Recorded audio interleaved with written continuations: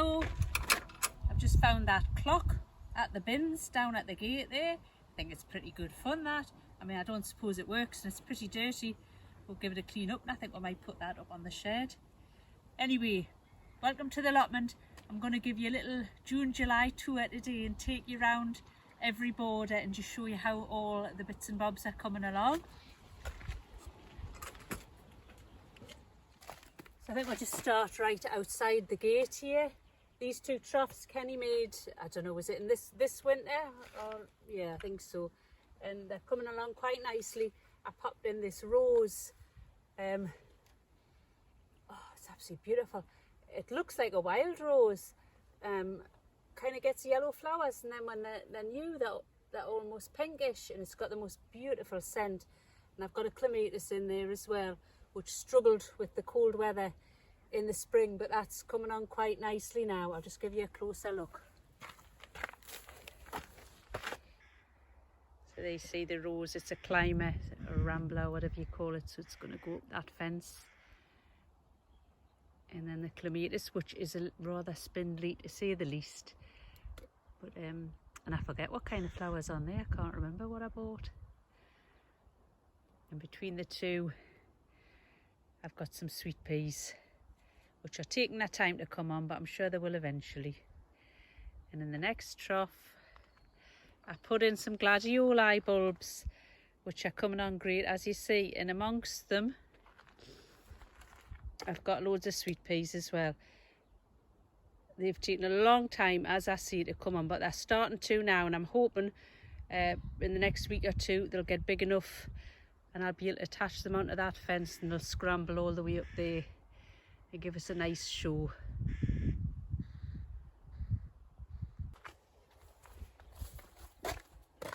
Kenny also made a couple of these. They're just made out of pallets.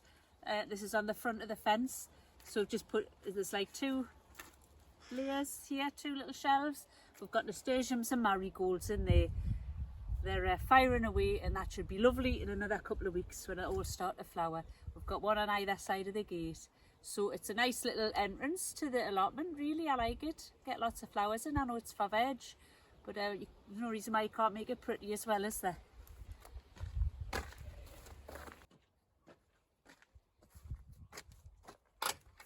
So then this is just inside the gate. We've got this lovely climbing rose, and then I've got a couple of sunflowers. I've got 3 sunflowers.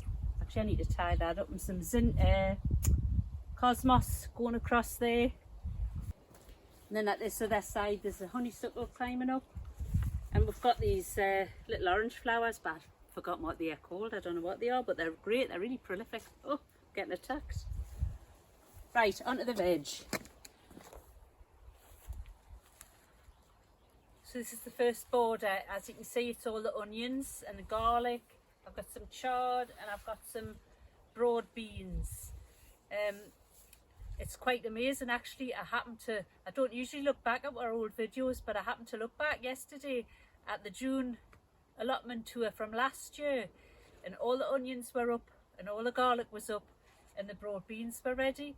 I mean, I think I probably will harvest this garlic actually this next week, but the onions aren't ready yet, and the broad beans, I mean, they're coming on, there's pods, but they're not ready yet, so it just shows you we're quite a bit behind this year compared with last year.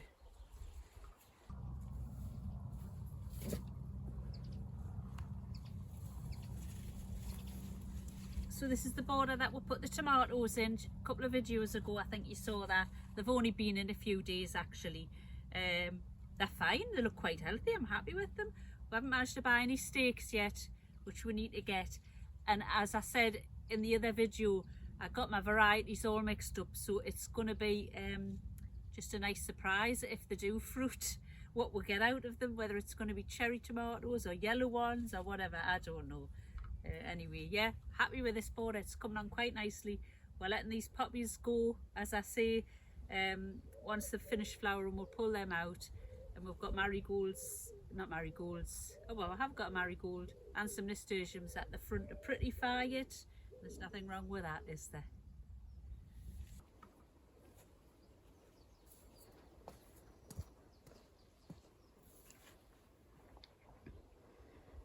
So this is the next one. This is the strawberry bed. I'm pretty pleased with it. It's exploding everywhere. We actually had a strawberry the last time I was up here. Nice size, big, red, first strawberry.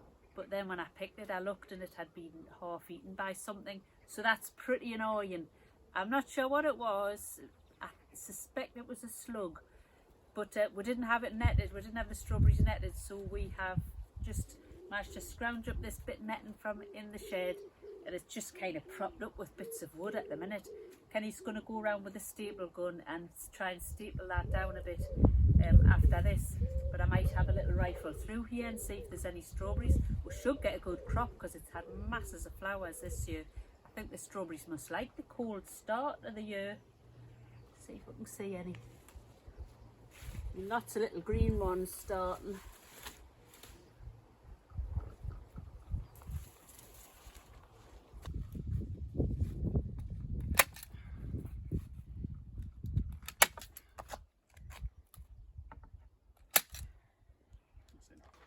So if anybody can remember, I chopped down my entire comfrey plant maybe a month ago and put the whole lot on the compost heap.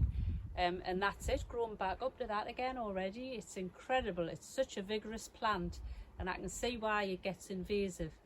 You always worry when you chop it down it's not going to come back. Anyway, there it is. You can do this a few times during the year, so I think I'll let it go again probably for another month or 6 weeks, and then I might chop it down again if I can bring myself to do it and put it back on the compost again.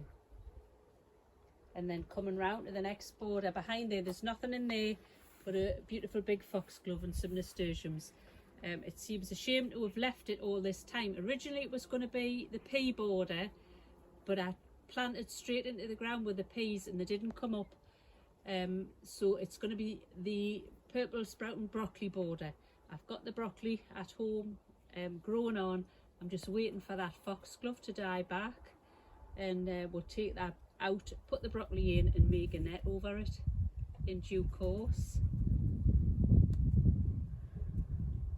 So this is the Brassica Border. It's coming on fabulously. Everything looks lovely. I've got some broccoli closest to you, and then I've got loads of cabbages coming on, and they're all starting to, yeah, they're looking good, just vigorous looking. I've got some kales and some more cabbages. As you see, nice marigolds and foxgloves as well. The netting's working fine.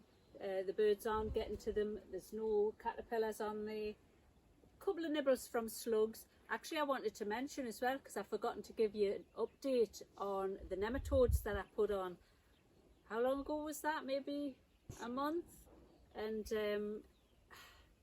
I think it's worked. I think the nematodes have worked. Since then, it's been dry, so it's a little bit difficult to tell, isn't it? Because the slugs all come out when you get a load of rain. We haven't really had any, but I think on balance I would say those nematodes have worked, and have, because I haven't been using any other kind of slug prevention apart from that, and most of the stuff has been okay.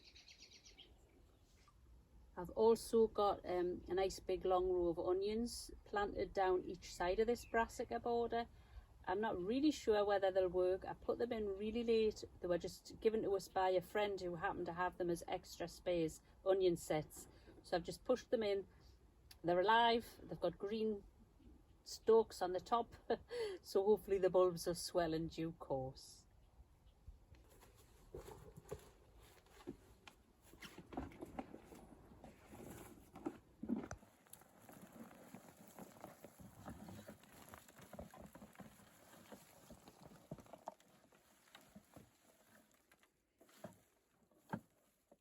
This is the trough that were planted out. I think this was in the last video that were posted.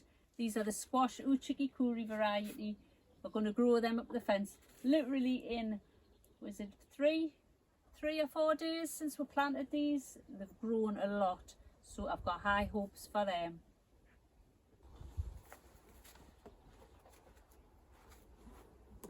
This is the broad beans. Masses of them. I've actually planted way too many for our needs. We've still got broad beans from last year, and I didn't plant probably half this amount, so I don't quite know what we're going to do with them all. They're not ready yet. Yeah, the pod's on there. I'll just pull one off to show you. Still very small. There are much bigger ones around there, but it's going to be a while, which is disappointing because, as you know, I've got my main crop potatoes planted between the rows. If I could have gotten these broad beans out sooner, maybe the main crop potatoes would have had a chance, but honestly I think I've probably lost my entire main crop of potatoes, which is a bit gutting, but we will have beans to eat, so that'll have to be some consolation.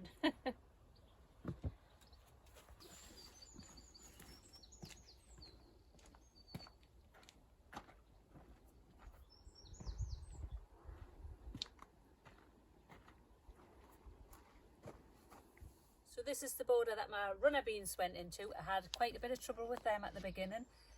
I sowed them too soon, I planted them out too soon, and they really struggled. Anyway, since then I got more off my neighbour, and I also grew some more myself and planted them out. So I've got the tall climbing runner beans at the back there where the frame is, and I've got dwarf runner beans here at the front or the side, whatever you would call it. These dwarf ones, I feel as if they need a little bit of support, or maybe try and get some sticks to try and help them. Anyway, I've also got loads of volunteer potatoes in here. I think this is the potatoes that we grew the very first year we had the allotment, and they were a delicious variety. Because my main crop are probably going to fail, or I'm going to get a very small amount, I'm just going to leave these ones in here. I would normally just break off the plants as they came through the ground. I'm just going to leave them in because I think the beans will grow tall and the potatoes will stay quite low, and it'll give us at least some potatoes. I have got my first earlies back in the garden, but that's my main crop. Anyway, yeah, so this has turned into a little bit of a strange border, potatoes and beans together. So this border here, I've got the peas in. Again, I had trouble with that. I know everybody had lots of trouble at the beginning of the year with it being so cold. My peas failed that I put into the ground, as I mentioned earlier. These ones I grew in the greenhouse and then planted out. I'm a bit gutted at how many pea plants I've got. I love peas, fresh peas. They're one of my favourite things, and I really just feel like I could have filled this entire border with them. But it was just what happened with them failing, and then I didn't grow enough in the greenhouse. Anyway, these are coming along. They're leaping up this framework now, really, in the last few days. I feel like they've doubled in size. As for the rest of the border, I'll come round and tell you. So in front of the peas, I've got my French beans, not too many. I think this is just about the right amount for us. The French beans are nice when they're fresh, but I've tried freezing them and we don't really like them once they've been frozen. Yeah, they're just not as nice, are they? I suppose nothing is nice as when it is fresh. But they are nice, they're lovely and healthy. I was worried about all my beans and peas initially, but you know, they're making a strong comeback now. In front of them, I've got some interesting ones to show you. This one here is an asparagus pea. I've never seen anything like it. Not that I'm an expert, mind. It's like got a kind of creeping, trailing habit across the border. It would be good as a weed suppressant, and it's starting to flower. It's got some little red flowers on. It gets little pods, and you pick them when they're about 2 inches. They're like little frilly pods, and you eat the entire pod, and apparently they taste like asparagus. So I'm really looking forward to them. I hope they work, and it's so pretty as a plant. You could almost grow it just for that alone. Also, in a space I had at the side of that border, I've pushed in half a dozen tomato plants. I've still got loads of tomato plants to go in if I can ever find any space. I thought that was a good spot for them. Just spotted a whole pile of caterpillars there on that nasturtium. I wonder if they're just eating the nasturtiums. Oh well, that'll be alright then. Okay, so this is the raised bed, one of the raised beds. I put the courgettes in here.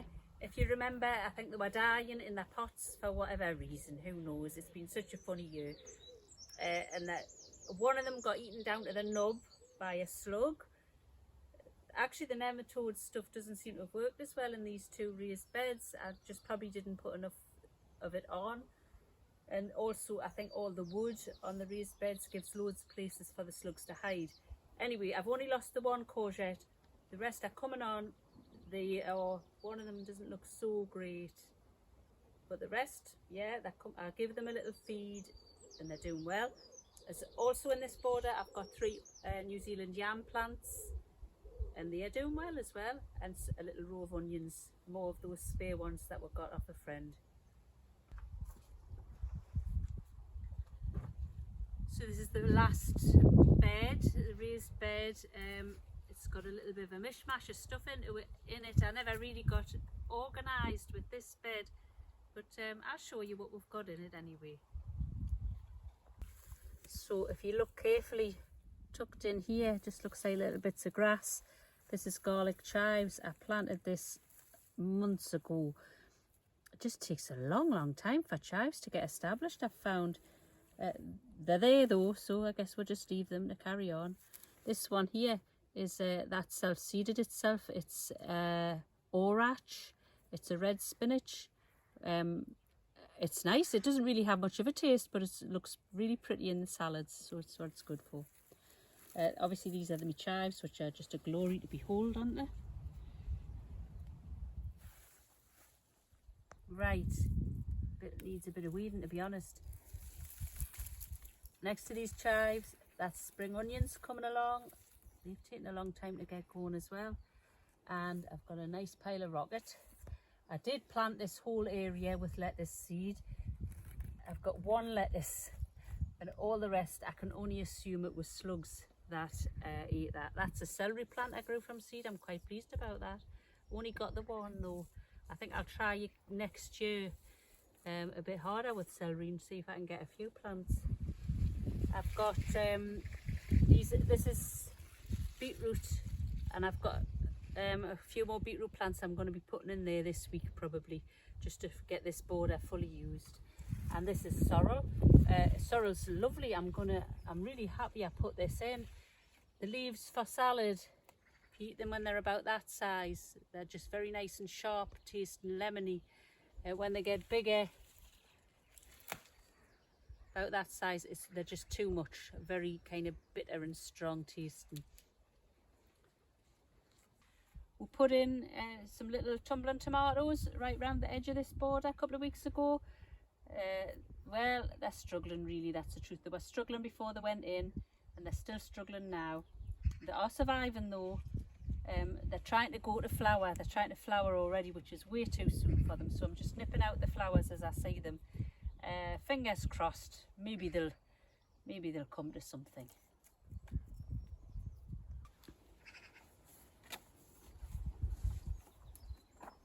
And then I just wanted to show you the plum tree. If you come a bit closer, you'll see there's masses and masses of little baby plums on here. It'll be the first time we've had any fruit on it, so I'm quite excited. They're Victoria plums.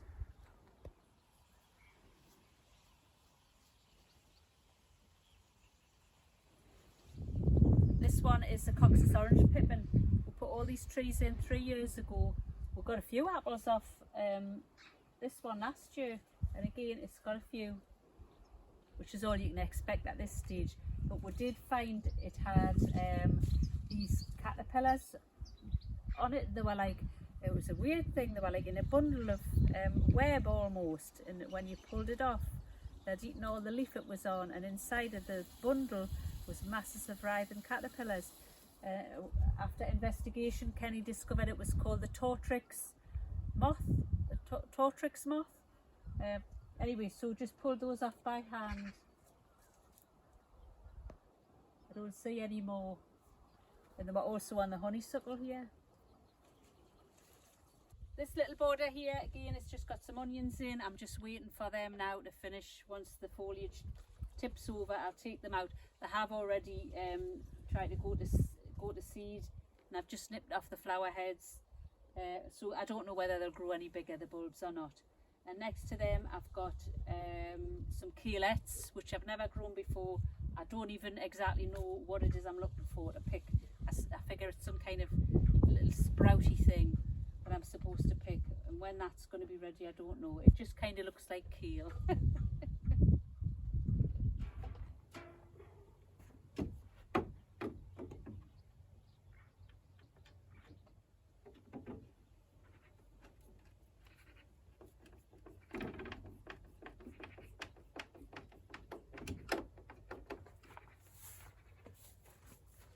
it, huh?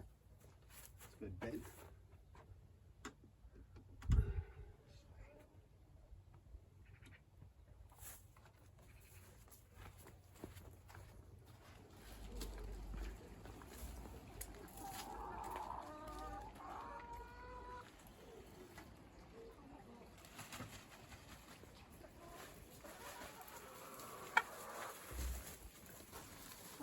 From Matilda.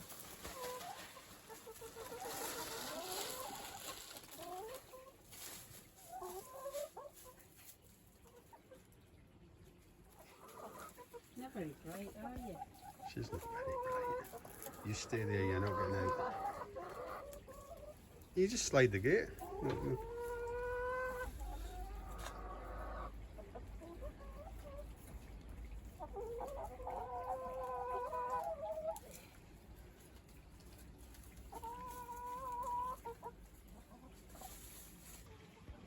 This is in the back garden.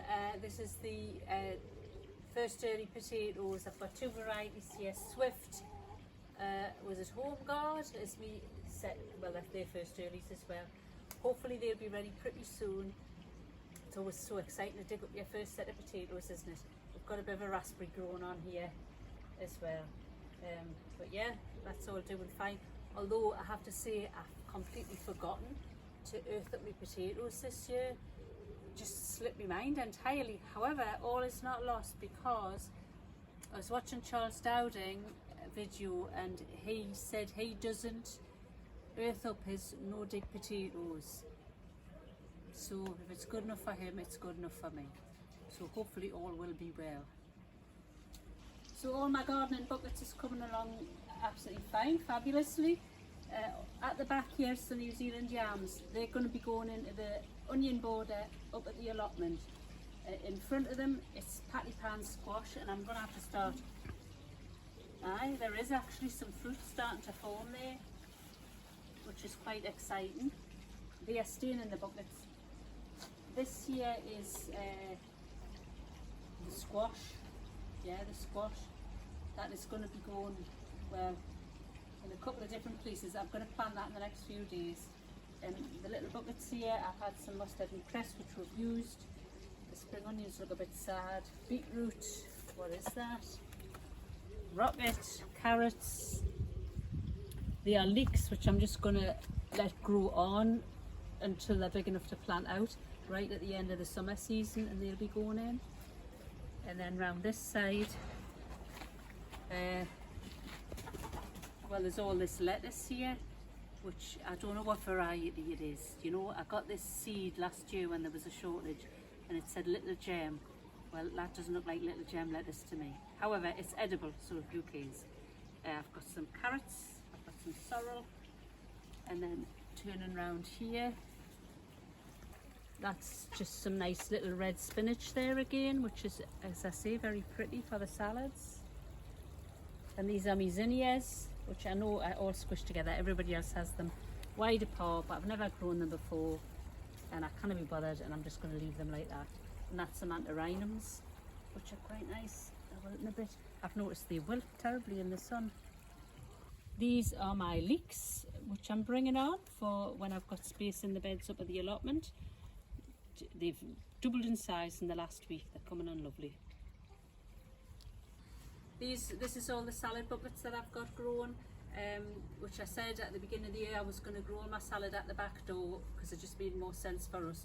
So I've got lots going on here: lettuces, spinaches, spring onions, kales. I've got 2 buckets of carrots, which aren't anywhere near ready yet. Spring onions, have I said that? Yeah, that's about it. So everything's coming on lovely, and we're getting salads every day from it. Well, we are filming this in the last week of June, and you're going to be seeing it in the first week of July. So by the time you see this, I hope everything has grown a bit more. It's going to be called the June-July tour because of that. I hope you've enjoyed having a little look round and seeing what's growing and what's not in our allotment. And I hope if you're growing veg, you're having fabulous success in everything you do. See you next time. Bye.